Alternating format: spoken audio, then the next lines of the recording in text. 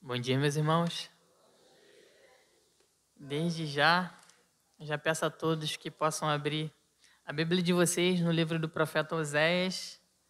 Vamos estar dando continuidade a uma série de sermões que eu tenho ministrado aqui na igreja, né? Começamos em Oséias, no primeiro capítulo, e vamos até onde Deus permitir.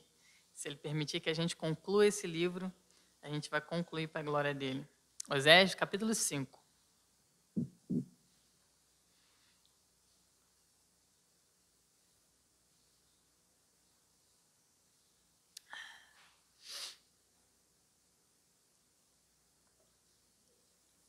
Oséias, capítulo 5, um livro do profeta menor, um livro um pouquinho difícil de achar, mas está sendo mostrado aqui na frente. Então, meus irmãos, já agradeço o Vinícius por ter orado pela minha vida.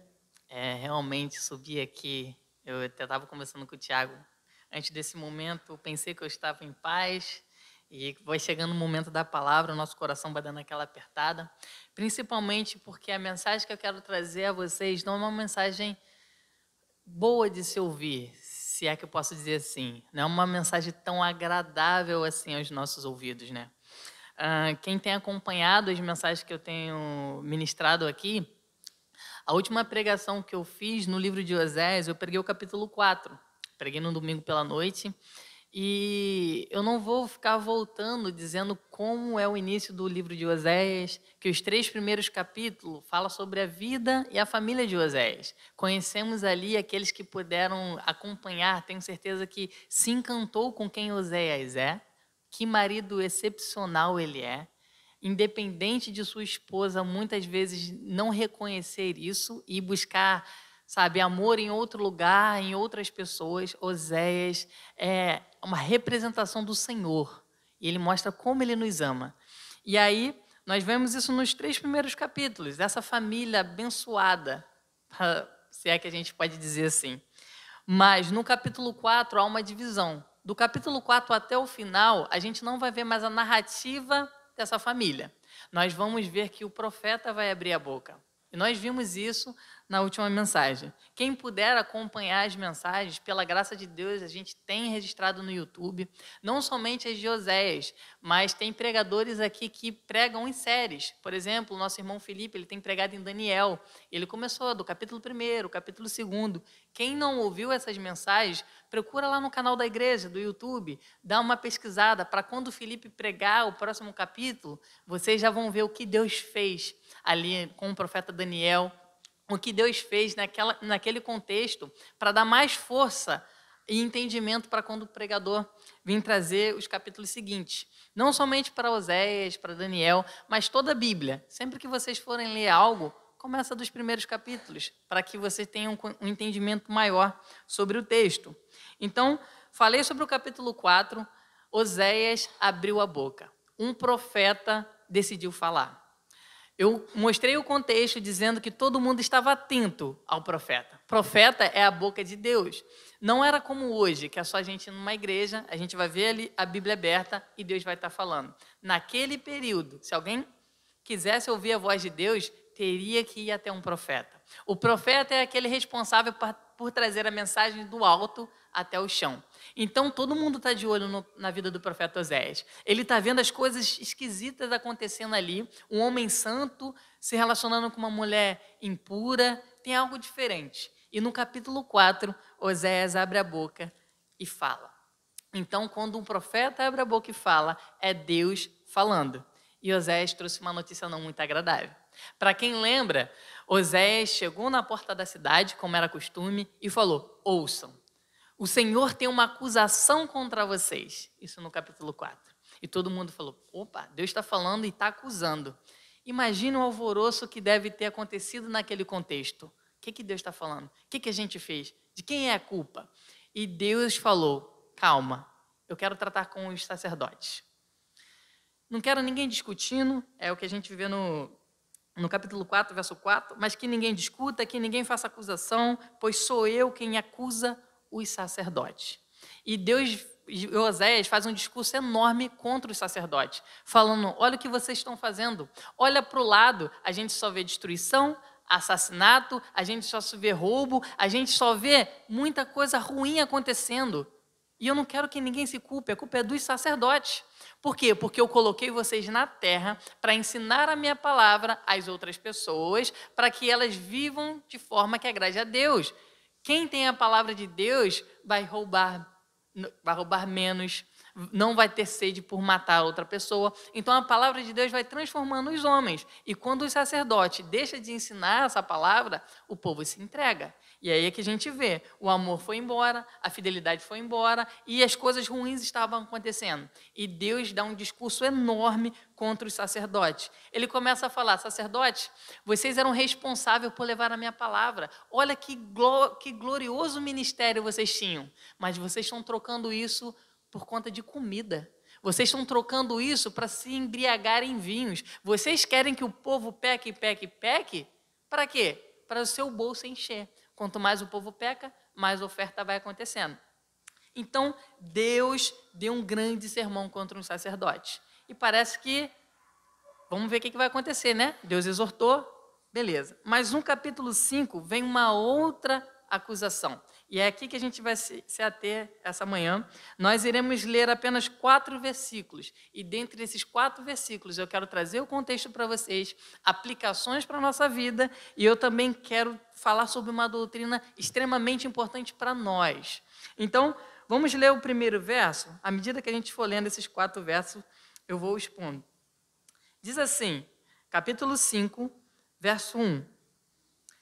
Diz: ouçam isso, sacerdotes, atenção, israelitas, escutem, ó família real, essa sentença é contra vocês.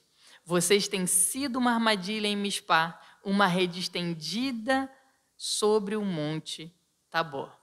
Nesse primeiro verso, eu queria ler o texto inteiro, o capítulo inteiro, do capítulo 5 inteiro.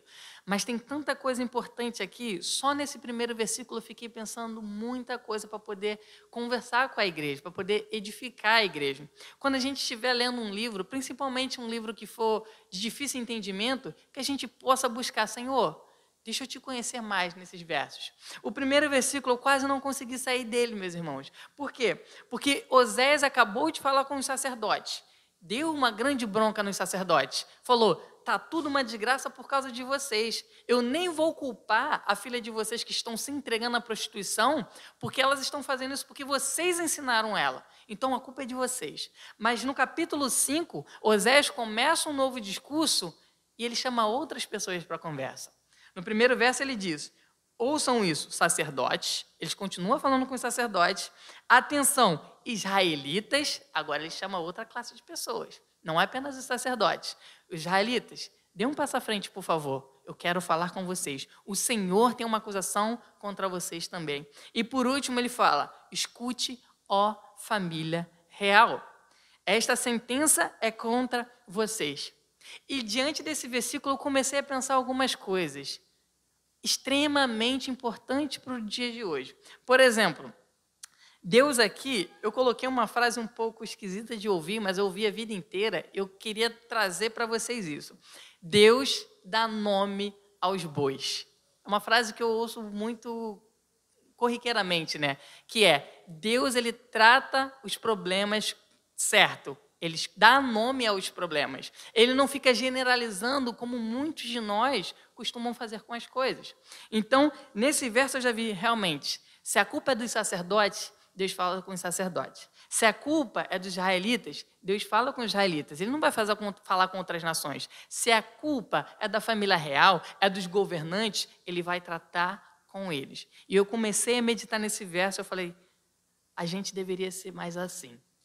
Se a gente fosse assim, se a gente soubesse discernir as coisas como Deus discerne, a gente viveria melhor. Porque muitas vezes nós reclamamos, eu tenho certeza que vocês conhecem muitas pessoas assim, que diz, o meu marido faz tudo errado. Na minha vida nada vai bem. Poxa, tem muitos problemas na minha vida. E por conta desse discurso, dessas palavras, acaba que a gente não consegue solucionar nenhum dos nossos problemas. Porque se temos muitos problemas, isso já nos assusta, isso já nos impede de resolver um problema. Então, uma aplicação que eu fiquei meditando sobre isso é: vamos começar a buscar discernimento. Vamos começar a buscar aonde está o problema de nossas vidas. O nosso problema não é tudo. Pode ser muitas coisas, mas vamos nomear, vamos passar a nomear para que a gente venha ter sucesso na resolução desse problema. Por exemplo, como eu falei, o meu marido faz tudo errado. Sério que é tudo? Será que não é uma coisa? Que você pode dar nome a isso e falar com o seu marido: olha, você está errando nisso aqui. Mira nisso aqui. O nosso pastor, falando sobre aconselhamento, ele sempre fala isso. Ele diz: quando você estiver lutando contra o pecado, não lute contra todos os seus pecados, porque você vai perder. Todos os seus pecados é muita coisa para você sozinho vencer. Mire em um. Se você tem um problema com a mentira, mira nele. Começa a falar a verdade. Depois que você vencer esse pecado, vai para um outro. O teu problema é a inveja? Começa a lutar com ele. O seu problema é a luxúria? Começa a lutar com ele. Comece a discernir as coisas para que vocês possam ter o maior sucesso em resolver. Uma ilustração que eu penso sobre esse tema é como se você fosse um profissional. Imagina que você trabalha com construção. Então, você está indo num lugar colocar um piso. Eu tenho certeza que seria muito prejudicial você levar todas as ferramentas para colocar um piso. Levar uma pá, uma furadeira. Você vai carregar muito peso sem necessidade. Então, quando a gente consegue discernir as coisas, saber qual é o problema, a gente vai conseguir usar a ferramenta certa para solucionar aquele problema. Então, nesses primeiros versos, eu já comecei a ficar meditando na palavra. Gaste tempo, meus irmãos, meditando nos versículos, pensando sobre o que Deus quer falar ao meu coração. E Deus falou isso no meu coração e eu quero compartilhar à igreja. Deus é um Deus que faz discernimento das coisas. Deus é um Deus que dá nome aos bois. Se nós passarmos a fazer isso, nossa vida vai melhorar. Nós vamos crescer em uma coisa. Por exemplo, desse sermão inteiro, se vocês decorarem uma coisa, se vocês receberem uma coisa de tudo que eu tenho para falar, eu tenho certeza que vocês sairão dessa manhã aqui crescendo em uma coisa. Houve crescimento. É melhor do que vocês quiserem ouvir sobre tudo, aprender tudo e sair daqui e não lembrar nada. Pegue uma coisa, discina as coisas, comece a separar e leve para casa. Cresça em uma coisa e amanhã cresça em uma coisa, e aí vai crescendo de uma em uma. Então, Deus é isso. Ele se mostra falando o seguinte: eu resolvi com o sacerdote, ou eu pelo menos tentei. Eu falei com os sacerdotes, venham, falei o que eles estavam fazendo, não solucionou. Oséias vem novamente e agora chama os sacerdotes, os israelitas e a casa real. A casa real é como se fossem os governantes da época. Os governantes estavam, como o primeiro verso diz, eles estavam sendo a armadilha em Mispá e uma rede estendida sobre o monte Tabor. Aqueles que eram responsáveis por cuidar da nação, aqueles que eram responsáveis por estar zelando pelaquela pátria, eles estavam se fazendo de armadilha para a nação. Eles estavam colocando como se fosse uma armadilha de passarinhos para pregar animais e os israelitas estavam caindo ali. Então, Deus começou a ver tudo isso que estava acontecendo no contexto de Israel, mas o que me chama a atenção nesse primeiro versículo também é a ordem de prioridade de Deus. Deus, ele continua focando nos sacerdotes. O problema do mundo, e eu até citei uma frase de uma canção, de uma banda gospel de rock, que é: se o mundo ainda é mau, o culpado está diante do espelho. Então, nós somos o responsável por trazer luz a esse mundo. Deus prioriza isso ao máximo. Deus, ele coloca a família real como última instância. Ele fala: vem sacerdotes, vem israelitas e vem família real. O que nós vemos hoje em dia são muitos cristãos preocupados exageradamente com a família real, com os governantes desse país. Não estou dizendo que nós deveríamos ser negligentes com isso, mas eu vejo tanto cristão gastando tanto tempo e esforço pesquisando sobre o partido A, pesquisando sobre o partido B, o que eles estão fazendo, e pouco pesquisando sobre a palavra de Deus. Pouco pesquisando sobre aquilo que realmente pode trazer mudança à sua própria vida e àqueles que estão ao seu redor. Significa que a gente tem que ser negligente com a política? De jeito e maneira. Mas que a gente não venha inverter as prioridades que Deus deixa bem claro. Reinos, governantes maus são levantados desde que o mundo é mundo. Mas a palavra de Deus sempre transforma o mundo onde ela chega. Sempre. Seja qualquer governo, se a palavra de Deus está ali presente, pode haver transformação. Então, Deus coloca essas prioridades. E em um versículo eu estava ali, sendo edificado, e eu achei, eu preciso levar isso para a igreja. Se muitos homens dedicassem o esforço que têm para conhecer a família real, fosse conhecer a Deus, as coisas seriam diferentes. A vizinhança seria diferente, porque a palavra de Deus tem poder, meus irmãos. A palavra de Deus traz transformação com isso. E aí entra o terceiro tipo de pessoas que está nesse versículo também. Primeiro, os sacerdotes, ele comenta sobre a família real, mas Deus não isenta os israelitas. Quem são os israelitas? São as pessoas daquela época, que pertenciam à nação de Deus. Essas pessoas estavam sendo enganadas pelos sacerdotes e pela família real. É muito engraçado porque a culpa é dos sacerdotes em montar a armadilha para pegar os israelitas. Mas é engraçado que o povo, eu falo engraçado, mas chega a ser trágico, o povo gostava de cair na armadilha. Quantas pessoas nós conhecemos que sabem que estão sendo enganadas, iludidas na mão de sacerdotes, vamos ser bem literal o contexto, estão presos em igrejas ali, estão ali sustentando um ministério que claramente não pertence ao Senhor, mas estão ali por quê? Porque servir a Deus ali é mais fácil. É mais tranquilo servir a Deus dessa maneira. Eu posso só fazer aquelas coisinhas. Eu sei que o meu dinheiro o pastor está usando para sair, para fazer viagens. Eu sei disso, mas ali é mais tranquilo. Então, quantas pessoas se deixam ser enganadas? E Deus está chamando a atenção aos israelitas também. Israelitas, venham à frente. Vocês não são inocentes. Por quê? Porque o mundo que vocês vivem é um mundo mau. A gente não pode esquecer que nós vivemos num mundo caído. E nós precisamos estar vigilantes. Nós precisamos estar sempre atentos, porque o diabo está ao redor querendo nos estragar. E se nós estamos caindo constantemente nas armadilhas do diabo, é porque não estamos vigiando. Então, Deus começa a trazer a nossa visão, esses três grupos de pessoas, para a gente ficar atento. Com isso, a gente precisa discernir as coisas, nós precisamos dar nome aos bois e nós precisamos também entender sobre a nossa responsabilidade. O verso 2 diz o seguinte: os rebeldes estão envolvidos em matança, eu disciplinarei todos eles. E nós leremos somente até o verso 4. O que acontece é o seguinte, meus irmãos: Deus está no céu contemplando tudo o que acontece aqui na terra. É isso que os salmos falam. Deus não é um Deus indiferente com a sua criação. Ele não é um Deus que criou e falou, agora vocês se viram. Deus, ele sabe do que somos formados, Deus nos colocou nesse mundo e ele está nos assistindo. Mas ele não é um Deus indiferente, ele é um Deus que intervém quando necessário. Então, quando ele vê os seus filhos caindo, o povo que era povo de Deus, agindo de forma que não era para agir, ele fala, agora chega, eu vou precisar descer. Vocês lembram o que aconteceu na Torre de Babel, certo? Eles estavam começando a construir a torre com uma soberba, Deus falou, chega, vamos descer. Os homens não podem fazer o que quer aqui na terra. Tudo está no governo de Deus. Nós precisamos ter essa consciência que o nosso Deus, ele é soberano e ele vai intervir quando for necessário. Ele não vai deixar a gente fazer o que a gente quer. A gente tem que entender que esse mundo pertence a ele. Ele cuida de nós. Então, ele fala, os rebeldes estão envolvidos em matança, eu disciplinarei todos eles. E eu gostaria que a gente desse atenção total ao verso 3 e ao verso 4.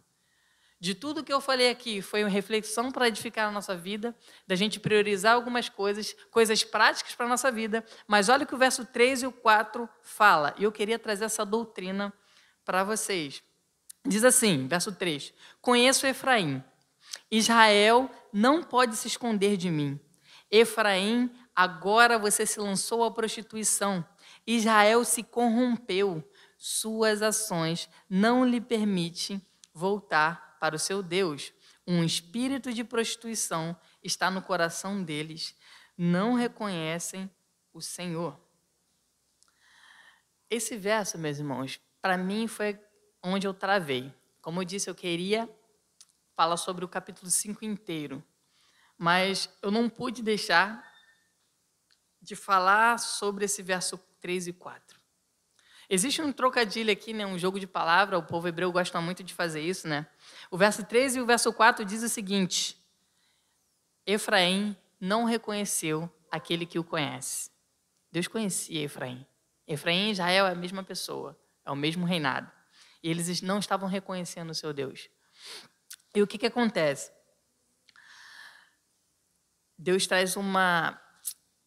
Chega a ser difícil falar, mas Deus ele mostra uma verdade que a gente luta para esconder. Deus ele está falando que existem ações que os homens tomam que não tem mais volta. Verso 4 fala: suas ações não lhes permitem voltar para o seu Deus. O nosso irmão Tiago ele está pregando no livro de Filipenses. Ele começou no sermão passado falando sobre aquele que começou a boa obra. E ele mostrou esse verso dizendo uma coisa, falando que a obra é do Senhor, ele vai completar, está nas mãos dele, mas é necessário de nós muito esforço. É necessário que a gente lute para que a gente alcance a salvação. A graça não é de graça. Teve um preço muito alto e cabe a nós lutar por ela. Mas a gente se esquece que existe a apostasia. Existe aqueles, meus irmãos, que vão estar ao nosso meio. Podem estar do nosso lado. Pode ser a gente que vai chegar diante de Deus e vai falar: Senhor, eu estava na tua igreja, eu te servia. Trabalhei na tua igreja como um maior lá. E a gente pode ouvir de Deus: eu nunca te conheci. Deus está falando para os israelitas o seguinte: as suas ações não permitem voltar para o seu Deus. Existe essa doutrina que muitas vezes esquecemos, que é a apostasia. As pessoas acham que estou bem, estou indo na igreja, amém, e acabou, ganhei a vida, eu posso fazer o que quiser. Essa doutrina é tão séria, mas tão séria, que o John Bunyan, o escritor do livro Peregrino, ele coloca no início do seu livro uma história. E eu queria trazer para vocês, de tudo que eu falei até agora, entenda sobre a apostasia. É pouco falado por aí. Os adolescentes já tiveram a oportunidade de ter uma aula com o Paulo, e o Paulo falou sobre esse texto que eu vou ler para toda a igreja, e eu quero muito que a igreja saia dessa manhã sabendo que a apostasia existe, que ela é real, e que a gente muitas vezes não está pensando nela. Eu vou ler um trecho do livro, é um pouquinho extenso, mas eu queria que vocês prestassem muita atenção. Muita, não saiam desse lugar sem entender que a apostasia é real. O livro do Peregrino é a história de um cristão que começa a sua jornada.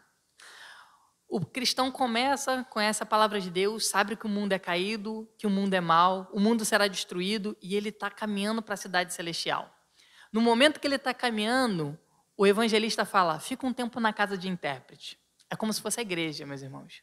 Ele fala: lá você vai aprender algumas coisas para você viver bem e caminhar até o céu com segurança. Então, todo cristão precisa estar na igreja, todo cristão precisa conhecer da palavra de Deus para que cheguem lá com segurança. Caso contrário, não pense que chegarão. Isso é muito sério. Não pense que vocês vão chegar de qualquer maneira nos céus. Existe um livro, existe um documento que nos apontam esse caminho, e é necessário conhecê-lo para que a gente não venha entrar em caminhos sem volta. Sabemos que se existe, a palavra de Deus não esconde disso, e Oséias está sendo bem claro: as suas ações não lhes permitem voltar para o seu Deus. Um espírito de prostituição está no coração deles. Olha o que o livro diz. O cristão, no início da sua caminhada, ele chega na igreja, o intérprete vai falar com ele, e eu peço que vocês prestem muita atenção. Diz assim: então o intérprete novamente tomou o cristão pela mão, levou-o a um recinto muito escuro, onde se via um homem sentado atrás de grades de ferro. Ora, o homem parecia muito triste. Estava ali sentado com os olhos pregados no chão, as mãos úmidas, e suspirava como se trouxesse o coração amargurado.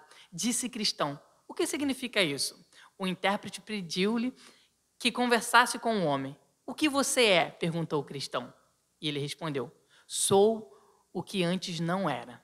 O cristão perguntou, o que você era? O homem, eu era um professor famoso e bem-sucedido, tanto aos meus próprios olhos como aos olhos dos outros. Pensava que estava destinado a subir até a cidade celestial e até me alegrava diante da ideia que lá chegaria. E cristão falou, mas o que você é agora? O homem, hoje sou um homem desesperado e no desespero estou preso, como nessas grades de ferro. Não posso sair. Não posso mais. E o cristão fala, mas como é que você chegou a essa condição? Como a gente chega na condição de não ter mais volta? E o homem responde, deixei de vigiar, de me manter sóbrio, larguei as rédeas no pescoço das minhas paixões, pequei contra a luz da palavra e a bondade de Deus, entristeci o espírito e ele se foi. Tentei o diabo e ele me veio, provoquei a ira de Deus e ele me abandonou. Tanto endureci o meu coração que já não posso mais me arrepender. Mas então não há esperança para um homem como esse? O cristão perguntou para o intérprete. E o intérprete falou, pergunta para ele. O cristão disse, então, não há esperança? Você tem de continuar preso atrás dessas grades de ferro em desespero? O homem respondeu, esperança nenhuma. E o cristão, por quê? Se o filho do bem-aventurado é especialmente misericordioso. O homem, eu o crucifiquei de novo para mim mesmo. Desprezei a sua pessoa, desdenhei da sua justiça. Tive o seu sangue como coisa ímpia, ultrajei o espírito da graça. Portanto, distanciei-me de todas as promessas e agora nada me resta senão ameaças, terríveis ameaças que me devorarão como um adversário. E o cristão, por que razão você se deixou cair em tal estado? Prestem atenção, por que razão esse homem se deixou a chegar naquela situação? O homem disse, pelas paixões, pelos prazeres e proveitos desse mundo, e ao gozá-lo, prometi a mim mesmo muito deleite, mas agora cada uma dessas coisas me rói e me atormenta como vermes ardentes. Mas você não pode se arrepender e voltar atrás? O homem disse, Deus me negou o arrependimento. Suas palavras não me encorajam a crer. Sim, Ele mesmo me trancou atrás dessas grades de ferro, e nem todos os homens do mundo podem me libertar. Eternidade, eternidade, como lutar contra a miséria que me aguarda na eternidade? Lembre-se dessa miséria deste homem, que isso lhe sirva de alerta incessante, disse o intérprete ao cristão. E o cristão disse, bem, isso é terrível. Deus me ajude a vigiar, a ter cometimento e orar para evitar a causa da miséria desse homem. Meus irmãos, eu fiz questão de ler esse texto extenso. O texto é muito grande, vocês estão aí com certeza lutando para ouvir. Mas o que John Bunyan fez aqui foi colocar esse texto no início da caminhada do cristão. Isso mostra que todos esses ensinamentos aqui, a gente precisa saber o quanto antes. Quantas pessoas já estão há 15, 20, 30 anos da igreja e nunca ouviu falar sobre apostasia? Nunca ouviu falar que é sim possível um homem cair e não voltar mais? Que a gente vigie. Cristão, eu não estou trazendo essa mensagem para vocês ficarem desesperados, mas que vocês fiquem como um cristão aqui, que isso cause uma angústia no coração e clamem a Deus, dizendo, Senhor, que não seja comigo. Me livre de passar esse tormento que esse homem está passando. Porque o tormento eterno é tão verdadeiro quanto a glória eterna. A gente precisa lutar, nós precisamos vigiar para estar em constante contato com o Senhor.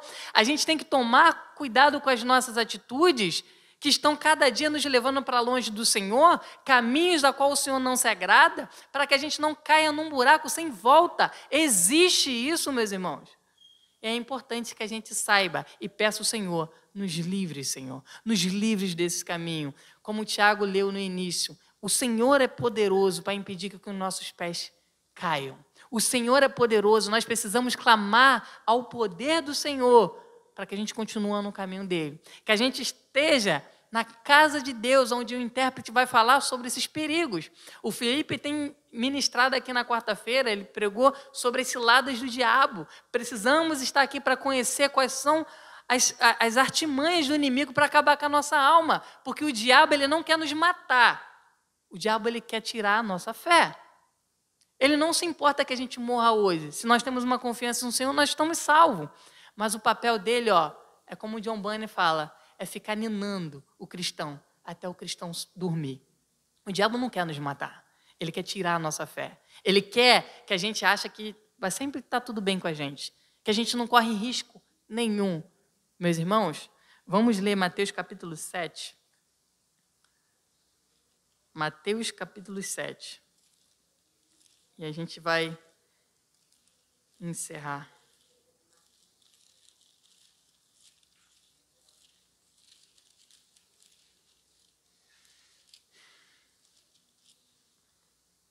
Mateus capítulo 7, verso 15.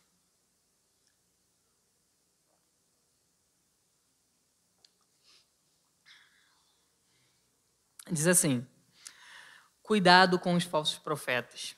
Ele vem a vocês vestido de peles de ovelha, mas por dentro são lobos devoradores. Vocês os reconhecerão por seus frutos.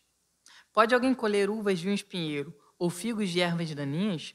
Semelhantemente, toda árvore boa dá frutos bons, mas a árvore ruim dá frutos ruins. A árvore boa não pode dar frutos ruins, nem a árvore ruim pode dar frutos bons. Toda árvore que não produz bons frutos é cortada e lançada ao fogo. Assim, pelos seus frutos, vocês o reconhecerão. Nem todo aquele que me diz, Senhor, Senhor, entrará no reino dos céus, mas apenas aquele que faz a vontade do meu Pai que está nos céus. Muitos me dirão naquele dia, Senhor, em teu nome não expulsamos demônios? E não realizamos muitos milagres? Então eu lhes direi claramente, nunca os conheci, afaste-se de mim, vocês que praticam o mal. Mas os homens fizeram milagres no nome do Senhor. Os homens expulsaram demônios no nome do Senhor. E o Senhor não os conhecia? Parece que não bate muito a matemática, certo? É por conta dos frutos, meus irmãos. Não adianta a gente ser ativista na igreja, não adianta a gente fazer um monte de coisa, não adianta a gente invocar o nome do Senhor o tempo todo para isso, para aquilo e não produzir frutos. E que frutos é esse que o Senhor pede? A gente pode achar que frutos é trabalhar na igreja. Não. O fruto não é apenas trabalhar na igreja, isso já é algo bom. Isso revela algo nascendo no seu coração. Mas os frutos que o Senhor procura são frutos de arrependimento. Essa é a mensagem principal de qualquer sermão. Qualquer sermão que não invoque a vocês a se arrependerem da vida que vocês estão tendo e busque se dobrar ao Senhor por misericórdia, por salvação, não é fruto de arrependimento. O meu desejo, meus irmãos, é que ao olhar essa verdade que Oséias deixou claro, existem caminhos que não têm volta, que a gente possa pedir e clamar ao Senhor, Senhor, que eu não venha a ser esse. Que eu não venha me enganar achando que eu estou no caminho certo, mas que eu possa produzir frutos e frutos de arrependimento. Vamos ler o último verso para a gente orar? Apocalipse capítulo 3, versículo 19.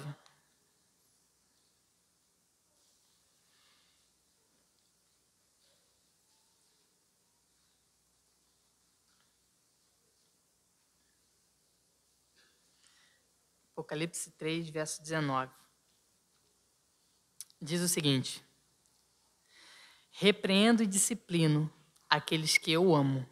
Por isso, seja diligente e arrependa-se. Eis que estou à porta e bato. Se alguém ouvir a minha voz e abrir a porta, entrarei e cearei com ele e ele comigo. Ao vencedor, darei o direito de sentar-me comigo em meu trono, assim como eu também venci e sentei com meu Pai em seu trono. Aqueles que têm ouvido, ouçam o que o Espírito diz à igreja. Aquele que vai se assentar ao lado de Cristo é vencedor. É alguém que lutou, é alguém que batalhou, é alguém, como está escrito aqui, que é diligente, sabe discernir as coisas, sabe o que é cada coisa, como o texto de Osés nos apresentou. Diligente e é aquele que se arrepende. Os frutos a qual o Senhor procura não é um 10 na sua faculdade. Ele quer saber se você, ainda que tenha cometido algum erro, mas se você está se arrependendo. O que Deus quer é que vocês produzam frutos de arrependimento. Lutero fala que a vida do cristão é uma vida de constante arrependimento.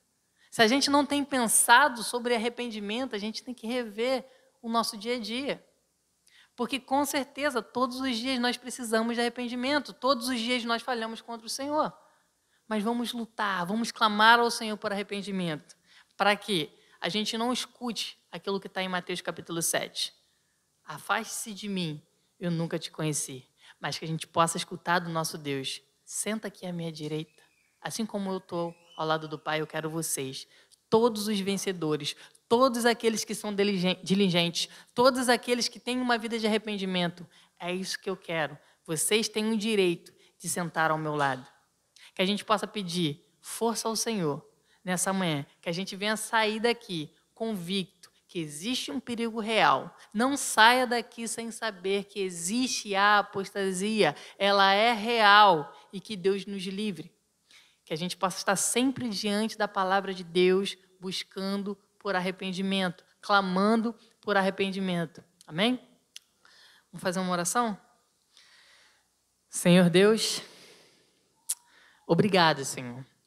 Obrigado, Senhor, porque aquilo que eu te pedi, ó Pai, o Senhor me concedeu. O Senhor concedeu, ó Deus, que eu viesse aqui em cima, Pai, e falasse sobre esse tema, Senhor, extremamente importante. Como o apóstolo Paulo fala, Senhor, repetir essas coisas não é um fardo para ele, mas é uma segurança aos irmãos, Senhor. E que os meus irmãos possam estar seguros, porque eles ouviram a Tua voz dessa manhã. Eles ouviram, Senhor, que existe um perigo real, ó Deus, e que precisamos estar vigilantes, Senhor. Coloque em nossos corações essa realidade, Senhor, que nos faça lembrar que existe um tormento eterno, Senhor, e que o Senhor é o único que pode nos impedir de cair nesse lugar, ó Deus. Que o Senhor nos ajude, Senhor, a resolver os nossos problemas dia após dia, Senhor. Que a gente possa detectar, ser mais diligente, Senhor, em nossa luta, Senhor. Nos ajude, por favor, Senhor. Nos ajude a caminhar em direção à cidade celestial, Senhor. Não permita, Senhor, que os nossos pés vão para um caminho que não é um caminho que nos conduz à salvação, Senhor. O Senhor é poderoso para impedir que os nossos pés caiam, Senhor. Então clamamos e confiamos na Tua palavra e não na força de nossos braços, Senhor. Senhor, por favor, cuida da minha igreja, Senhor. Que a gente possa, Senhor, vir aqui a esse lugar com alegria, Senhor, em nosso coração, sabendo que o Senhor tem cuidado de nós, Senhor. Nos dê um restante de dia, Senhor, abençoado na Tua presença, Senhor. Prepara o nosso coração, Senhor, para mais tarde estar ouvindo a Tua voz novamente nesse lugar, ó Deus. Clamamos a Ti, Senhor. Gratos por tudo que o Senhor tem feito até o dia de hoje, Senhor. Muito obrigado, Senhor, por tudo, em nome de Cristo Jesus. Amém e amém.